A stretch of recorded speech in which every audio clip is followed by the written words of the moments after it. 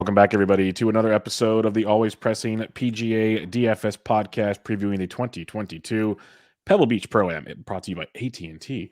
Over there at Pebble Beach Golf Links, 3 golf courses, tons of celebrities, so much fun. Everyone talks down on the golf tournament because it's so long and boring and Larry the Cable Guy. But part of that's true. Part of it's still fun. We'll see how we can navigate it for your DraftKings needs.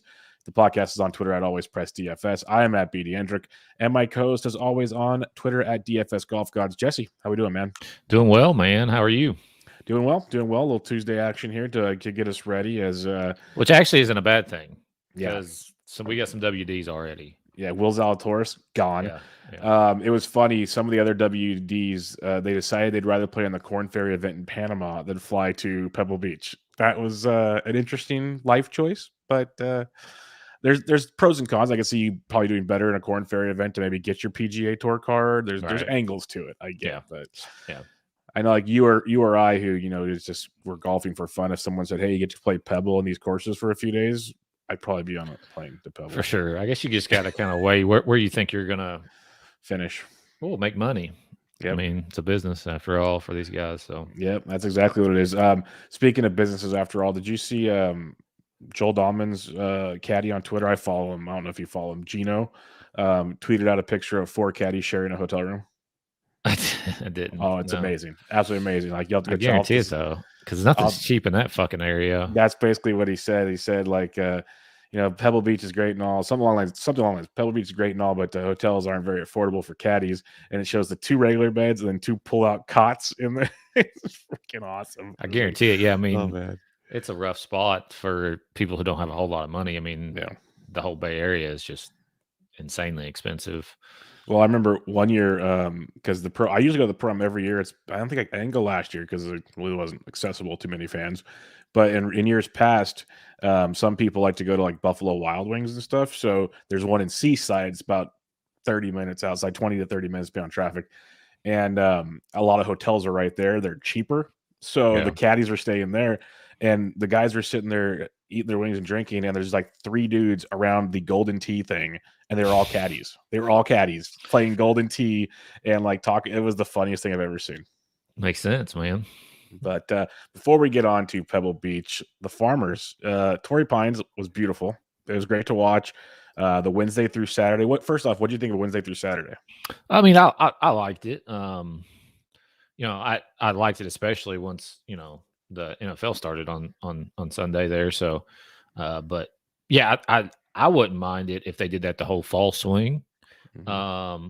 And then basically through, this, I don't know if they'll ever do it for the waste management. I don't really know if they need to, because that typically gets done before the game kicks, the Super Bowl.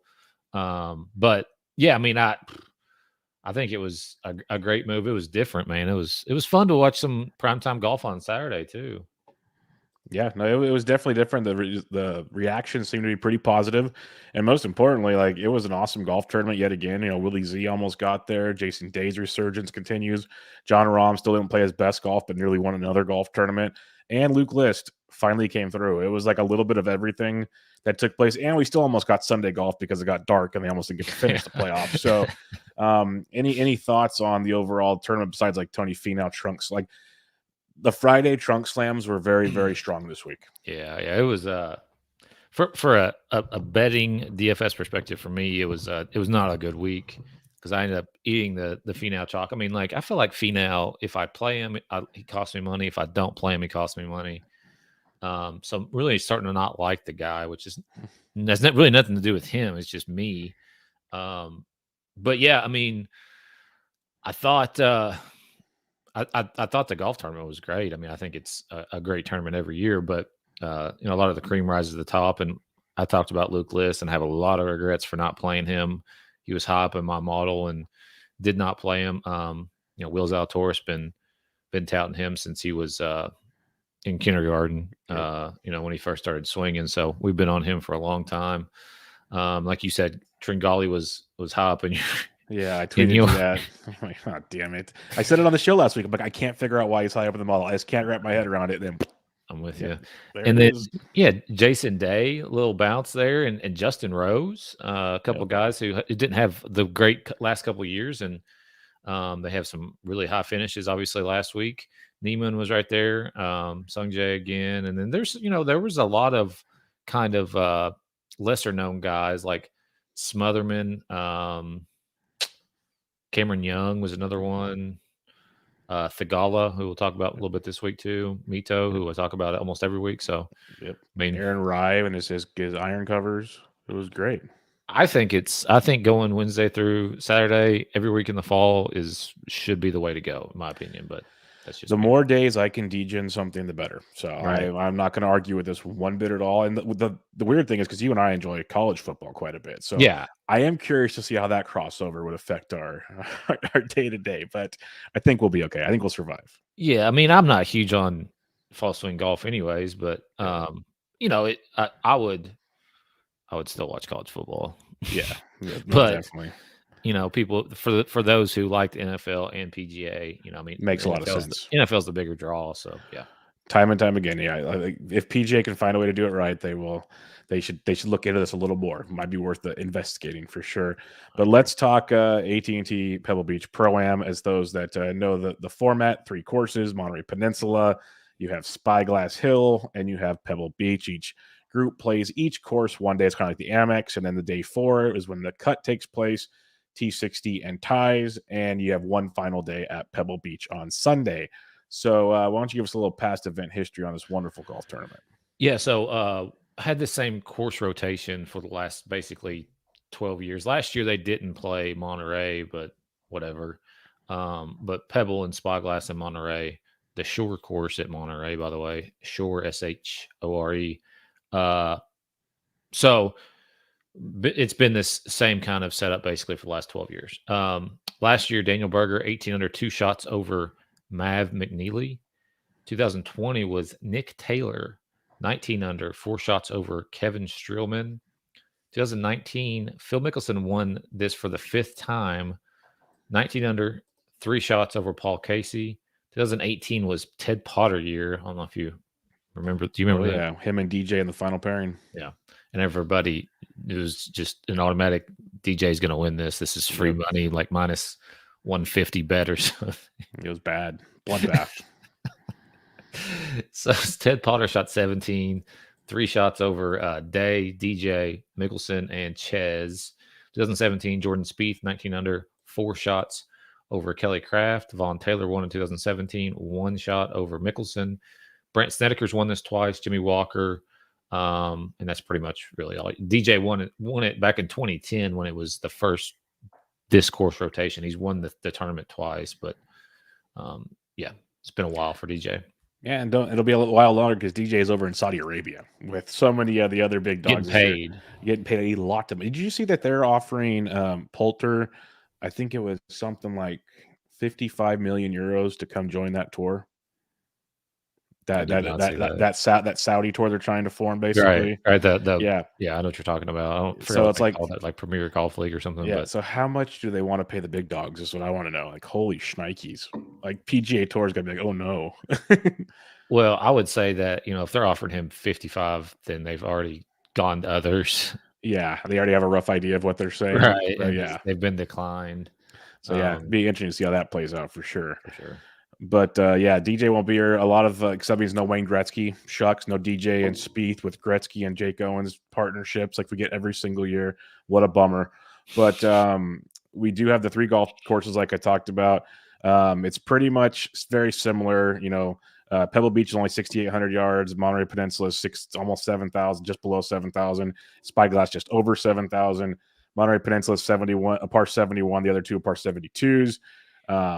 The only difference on the Monterey Peninsula is it's 5 par 3s, 9 par 4s, 4 par 5s, compared to 4 par 3s, 10 par 4s, 4 par 5s. What you really need to know, though, is if your guys doesn't score on Monterey Peninsula, you just probably pack your stuff up and go home. That's probably what the case is, unless your guy just gets purely lucky.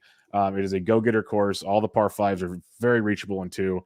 The biggest set of greens out of the 3, they're all relatively small from course standards. Pebble's got the smallest one on tour that you'll hear.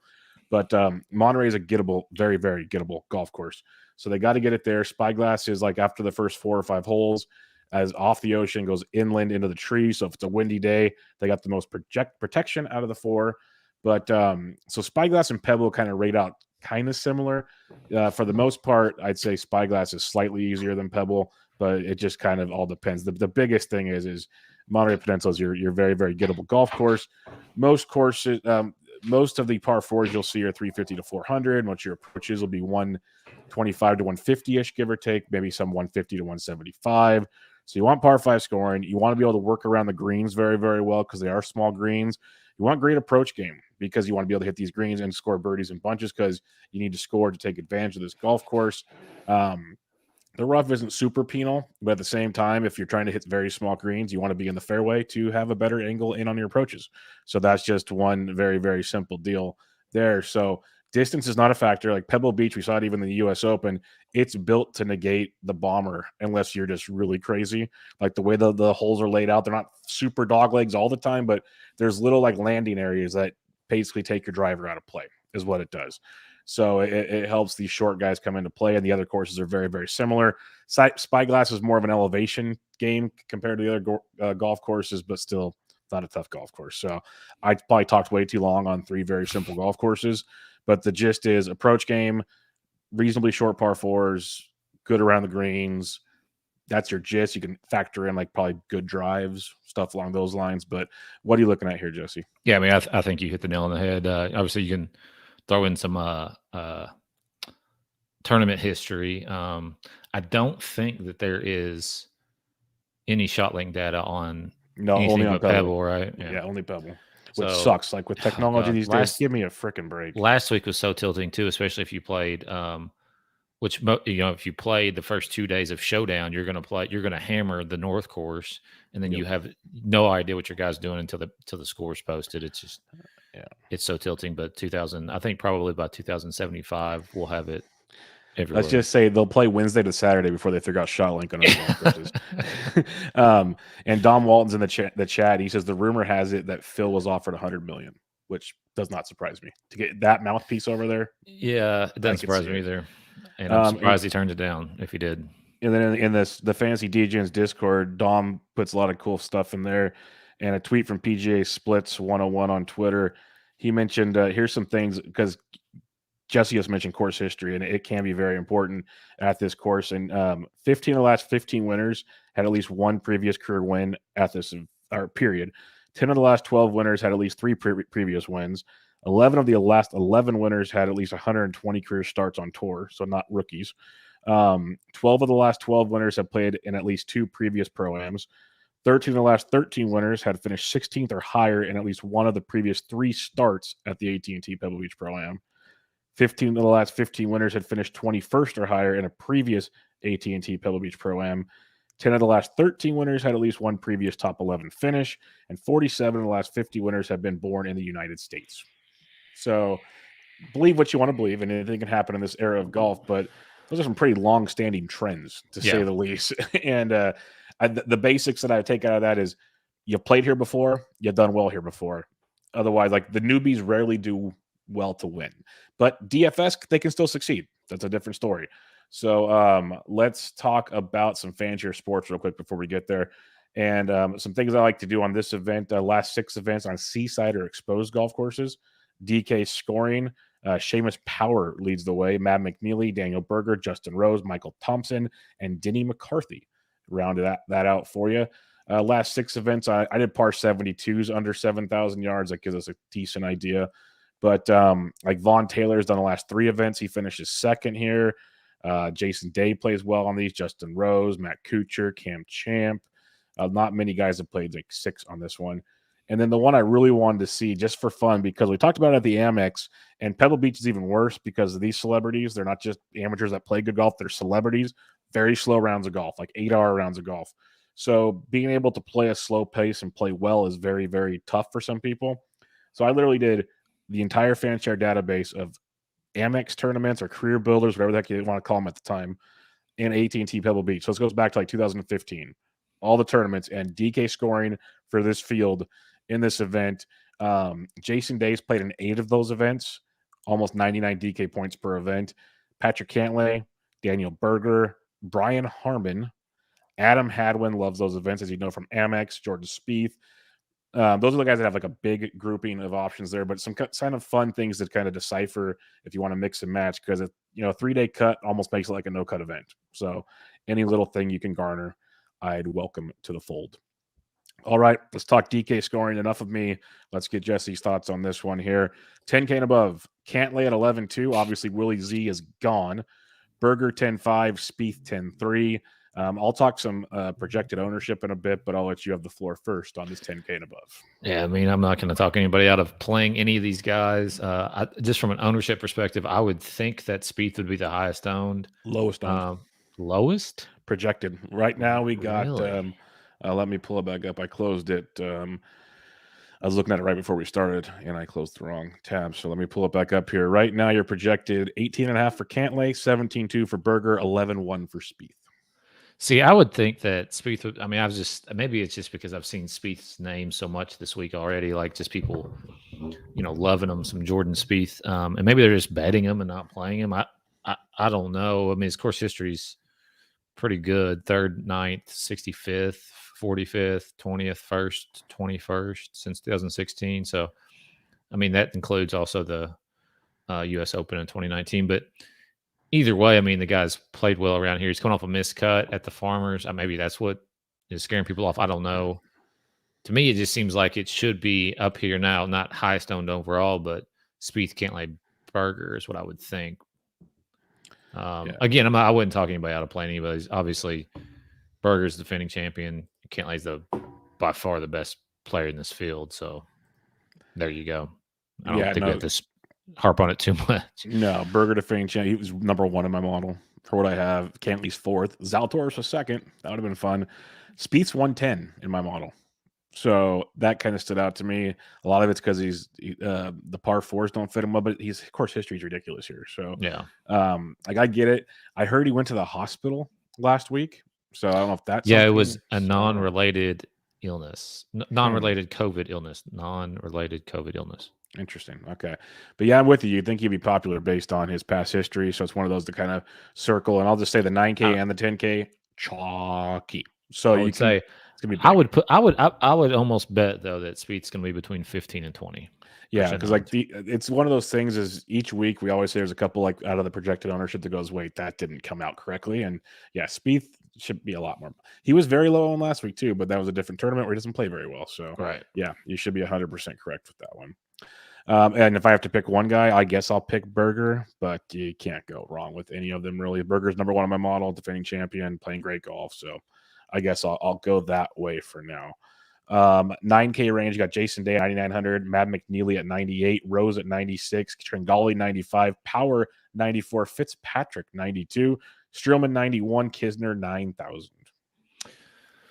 We start with Jason Day at 9,900, 7th and 4th in his last 2 starts at this event, which is amazing because he's played like shit for the last 2 years pretty much, or it seems like anyways. Coming off a 3rd place finish, I think he will be chalky.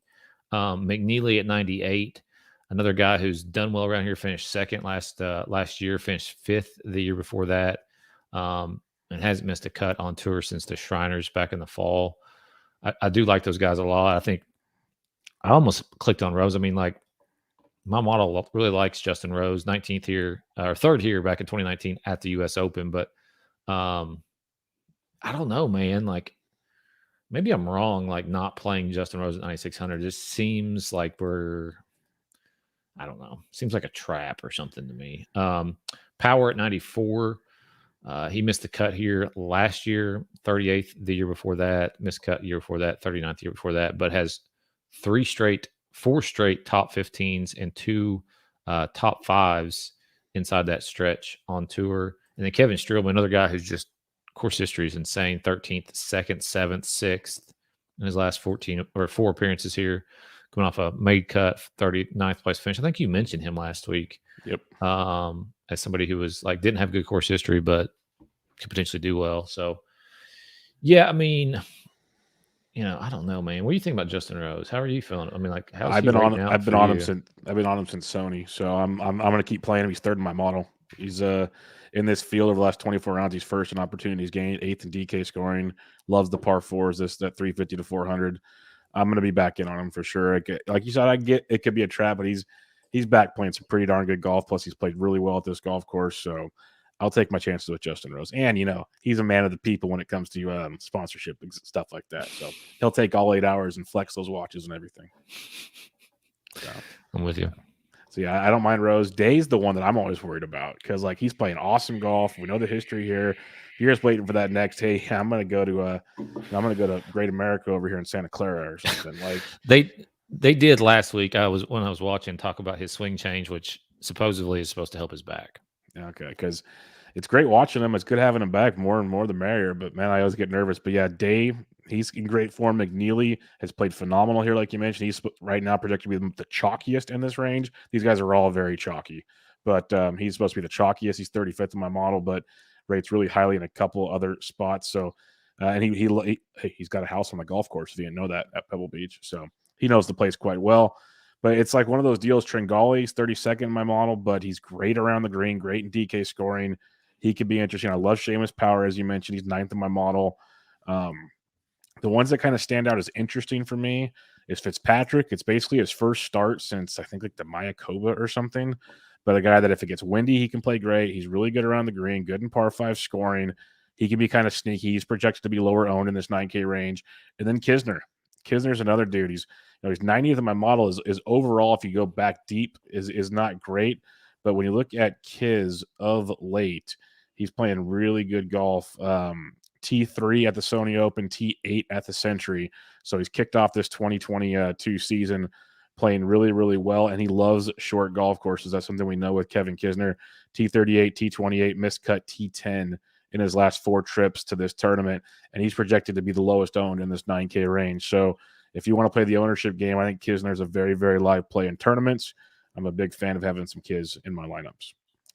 8K range, Palmer at 89, Lanto 88, Bez 87, Harmon 86, Hoagy 85, Hughes 84, Mito 83, Denny McCarthy 82, Hoffman 81, Jones 8,000. What do you like in the 8K range? Start with Ryan Palmer. I was very salty. I didn't play him last week. Tell me, my lineup was just so bad. So his course history is not great. Miscut, 41st miscut, 32nd miscut, 29th. I mean, it's just not good. But 2 straight top 20s, 4 straight top 30s on tour for him, and has played really well in this in the new season. Lanto at 88, 9th here in his his last appearance in 2020, and hasn't missed a cut since the Sanderson Farm. Brian Harmon, you mentioned him at the outset there with the fan share deal. I had him checked off before that, but makes me like him even more now. 39th miscut, 50th, 20th in his last 4 starts at this tournament.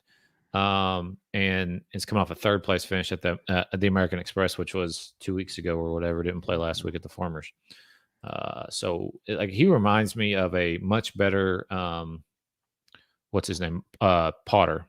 Yeah, no, that's fair. It's very fair. I mean, they both are left-handed. I think Ted Potter's left-handed. Yeah, they're both lefties. Yeah. Obviously, lefties have done well. Respect the lefties, okay? Mickelson's won this 4,700 times, and then so, anyways, it just feels like obviously, it should suit him decently well. And then Mito at 83, be my last guy. He's never played, or he did play here in 2019, missed the cut then, but has made 3 straight cuts. One to open the season. His first start was last week at the Farmers, which he finished 25th, which is pretty solid at that tournament. So, yeah, this is a great range to start getting different. If you want, I love Ryan Palmer. He's coming in pretty low projected ownership. He's played really well at this tournament, as you mentioned. Well, not recently, but coming in great form. T16, T12, T26. I think Palmer is interesting. He also rates out very, very well. A few others, like I like Lanto a lot, but he looks to be pretty popular, but coming in great form, played really well here. If it does turn into a birdie fest, he kind of have an upper hand in that regard. So, and he can attack those par 5s in a nice way. So I like some Lanto as well. Like Bezenhout, if you're talking about just like a approach game, one of the best in this field. So he's $8,700. You can get him a little lower ownership. Harmon's projected to be the lowest in this range. So I think that's a very good tournament play, as you were talking about there. But Tom Hoagy, he's been rating out great for me every week. I keep playing him 5th in my model this week. He can birdie in bunches, loves that. Really, really good approach game. Played well at the Amex. I think he's going to be great, but a little popular. Keep that in mind. Matt Hughes coming off the missed cut can be a great tournament play because I'll keep going back to him. He doesn't rate out great because he hasn't played that much lately. But when you talk about around the green game, par 4 scoring, DK scoring, Mac isn't too shabby. I like the Mito call. But the last guy for me will be Denny McCarthy, 14th in my model, second in short game in this field, 8th in par 5 scoring, 5th around the green, 6th in DK scoring. He's played pretty darn good at this golf course or in this golf tournament. A miscut last year with a T66. I know he's played well. And it must have been the U.S. Open where he played well because it doesn't show up in my deal. But I know he's played well in this type of format, and he's coming in great form with a T6 at the Amex. 4 straight made cuts, T10 or T11 or better in 3 of those 4. So I'll take some chances with Denny McCarthy as well at 8,200. 75 to 79, Jesse, who you liking? Start with Rye at the top there, $7,900. He was in the final group there with Jason Day on Saturday. Shot 72. I think that's pretty respectable. He ended up finishing 6th place, and he's a guy who has won on the European Tour, which whatever they're calling it now, the Worldwide Tour, I don't whatever. The European Tour, he's had some success on. He's won in the past, but it's been a while for him. And anyways, it seems like his 2 gloves and iron covers are doing pretty well at this point. That play he had last week. Rusty Knox at 7,800, 7th here last year, miscut the year before that, 14th, 15th in the 2 years prior to that. He is coming off a miscut at the American Express, but over in Hawaii finished 7th at the Sony Open. So my model likes him quite a bit. Seems like a Luke List type of deal, which I don't really want to play him. And I like he's rather not. Yeah. Putnam at 76, 3 straight made cuts at this tournament, 2 straight made cuts on tour, and both of them were inside the top 30 with the 14th place finish his last time out at the American Express. And then Matt Kutcher, man, I mean, $7,600, hasn't missed a cut here since 2017. I mean, his best finish is 16th a couple of years ago. He didn't play last year. But either way, like he flashed some form, man, at the Sony Open. I had a buddy text me about him, and I was like, no, that's fucking stupid play. Yep. Why would you play Matt Kutcher? He sucks now. And he finished 7th. So there you go. And then last but not least, man, I mean, Cameron Champ, dude. Did you see that round that he had on the North Course last week? No, I did not. Well, I mean, he shot 75 the first day. Ooh. So he shot 65 the next day. That's one way to get there. Yeah. I mean, it's obviously a huge jump, made the cut, finished 46th. He's made the cut both times he's played here at this tournament. So, I think he's definitely playable. I mean, he's always I think he always has a lot of win equity. Yep. Just depends on if, maybe if he's in the middle space or not. I don't know. It's if he's driving the ball straight, because he drives it so far there, he can actually probably find trouble. Is the thing. Because I followed him couple years back there, and it was interesting with him. So yeah, I'm with you though. He's definitely good. Where he's priced, he's got much more win equity than some of the others for sure. For me in this range, I like Aaron Rye. Keep riding that hot streak out. I'm with you there. All over Rusty Knox. He's 7th in my model. 1st in good drives in this field. 2nd in proximity, 125 to 150. 11th in 150 to 175. So the approach game is great. Off the tee game is really good. It's just a matter of can he scramble and putt, and we'll see. But other than that, I like him a lot at 7,800. 100% with you on Andrew Putnam, playing really good golf right now. I'm playing great at this tournament. He's 16th in my model, so I'll go in on Putnam. He's 10th in opportunities gained in this field. So if you're looking for a guy that gets the birdies, and it's one of those things is like he might make a few bogeys, but the fact he gets so many chances at birdies, which is huge because smaller greens, more makeable birdie putts potentially. We'll see. So, Poa greens are always fun. With you on Cooch at 76. The 2 guys you didn't mention that I like, Lucas Glover. He's 46th in my model, but coming in pretty decent form overall at 7,800. He's T33 at the Amex, T5 at Sony, T35 at Century. So feeling pretty good as he enters this deal, and he finished T50 and T7 his last 2 years playing this golf tournament. So I think Lucas Glover is definitely someone to keep an eye on. And then I'm going to keep going back to Keith Mitchell. He's 48th in my model here, 3rd off the tee, 9th par 5 scoring, 11th DK points. I know it's been an up and down roller coaster with Keith Mitchell, but that's what you get with Keith Mitchell. Missed cut last week, but then the T7, T12, T41 prior to that.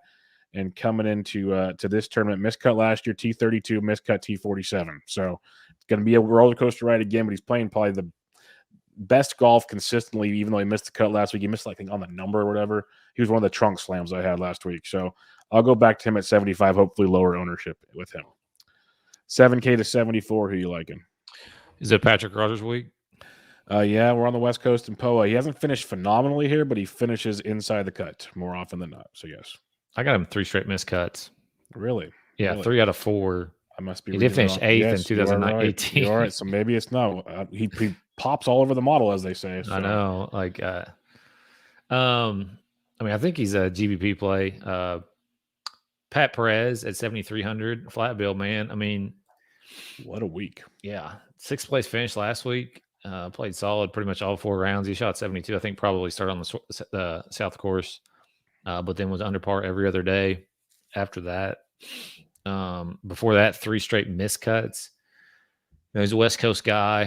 Finished 26th here last year. Missed 2 cuts in a row before that, but made 4 in a row before that. So Pat Perez, Neesmith at 73. He was up toward the top of the leaderboard there for a little while, or at least close. I feel like I saw his name around there. Finished 34th last week.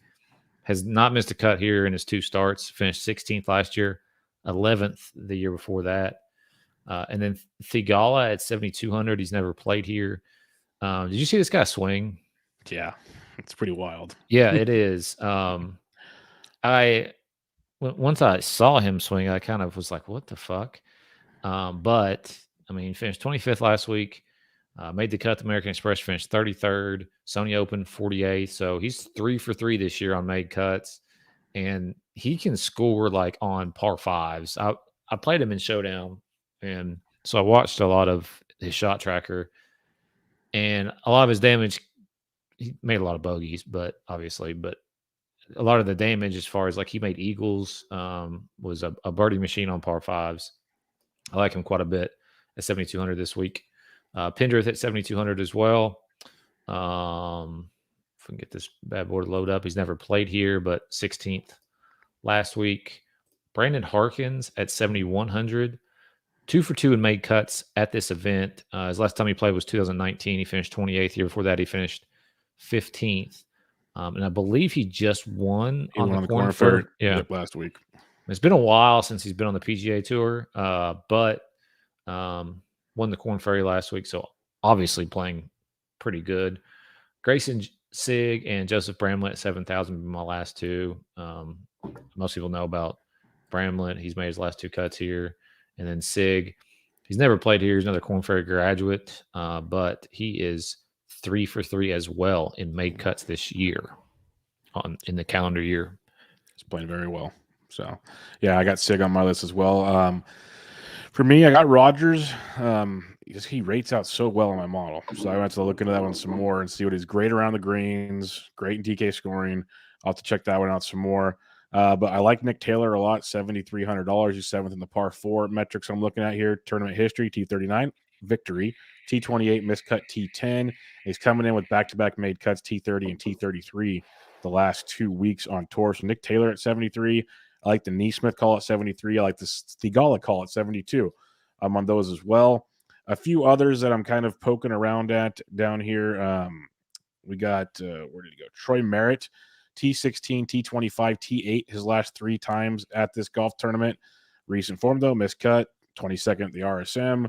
So kind of pick your poison there. He plays really well at this event. He's 52nd in my model. So he's an interesting play. Dean Burmeister, a Euro Tour guy, only plays WGC and majors, but he's playing top 30-ish type golf overall on the Euro Tour. So $7,200 could be an interesting, very, very low-owned play. Alex Smalley at 7,200 is another guy I'm willing to look at. First time playing here, but T56, T25 his last 2 events on tour. So T25 at the Amex. He's another one that could be cheap and lower owned. I got Harkins checked off, and then Sig checked off. And then my other ones, just real quick, like Lipsky, 27th in my model. He rates out really, really well, and I believe he's playing pretty good golf of late. Where did Lipsky go? of just T56, T14th at the Amex. I had Wyndham Clark, T56 last week, 13th. The week before at the Amex, then JJ Spawn, T34 and T25. Those are a couple of 7K guys that I'd be willing to look at. Spawn's course history is not great at all. 4 straight missed cuts. Wyndham Clark's T18 and T61 if you want to go that route. So those are a couple guys I'll mix and match as some lower plays if I'm looking to punt. 6K. Interesting options, Jesse. There's a lot of names down there, man. A lot. Yeah, the model likes Kadira, Satoshi at 6,900. He's missed a cut here in both of his starts, though. I think I checked off Smotherman. He had a pretty decent showing last week. He finished 11th at the Farmers there, but had missed the cut in his previous 2 starts this year at the American Express and at the Sony. So take that for what it's worth. Eckroat also is a fave of the model. He missed the cut in his only start here in 2019, and missed the cut last week. But for whatever reason, the model likes him. So there you go. And then he shot a 63 at Pebble today. Did he really? Yeah, he posted it on his Instagram. It's pretty good. I'm also going to say I'm not going to play anybody from the 6,000 range. Like I don't see any reason to. Some you'll know would be another guy down, like further down the list. He's played here a lot.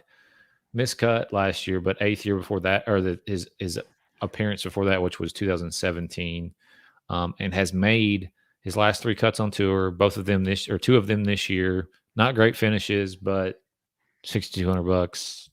I mean, if you're down here, I don't know why you are. You might want to restart your lineup, but there you go. Yeah, a few guys I have down here. I like Kadira. He's 24th my model. If you think like short courses like Harbor Town, he's won there. So he can play the short courses very well. He crushed it for us in the fall swing at times. He's really good in his proximity and approach game. He finished wrong box. He finished T12 at the Sony Open. So his only event so far in this new calendar year. So that's kind of intriguing when it comes to him. Lee Hodges has not played here, but he's another guy that's coming in.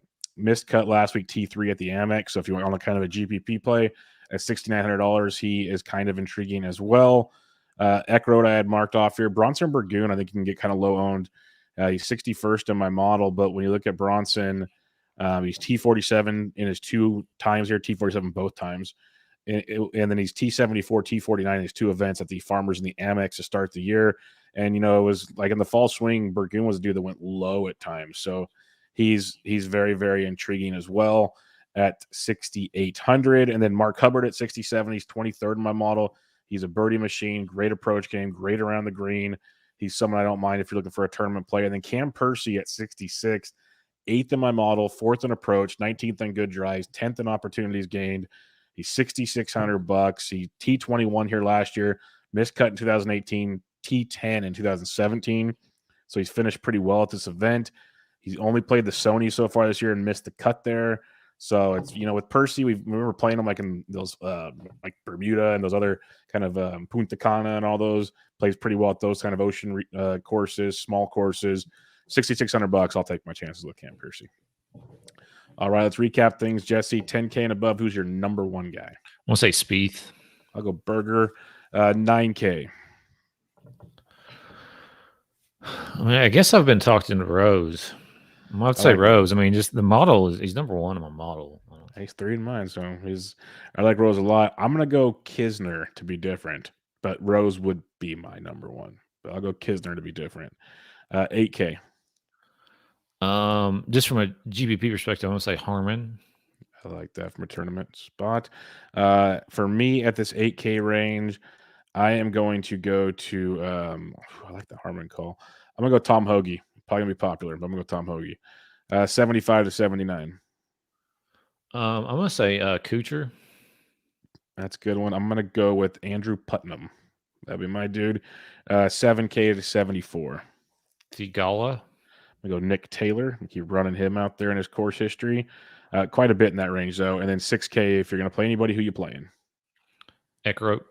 I'll go Cam Percy. All right. I don't condone cash on these small events, but I guess if you are playing cash, Jesse, where would you start? I mean, yeah, it's it's rough. But just from like, I mean, I don't feel like there's anybody who's like really safe. It's tough. I would try to get Rose in there. Rusty Knox, I think, would be another guy who's playable, and then Aaron Rye. Yeah, I go like Rose, Knox, Kutcher. Start with that. I don't mind that.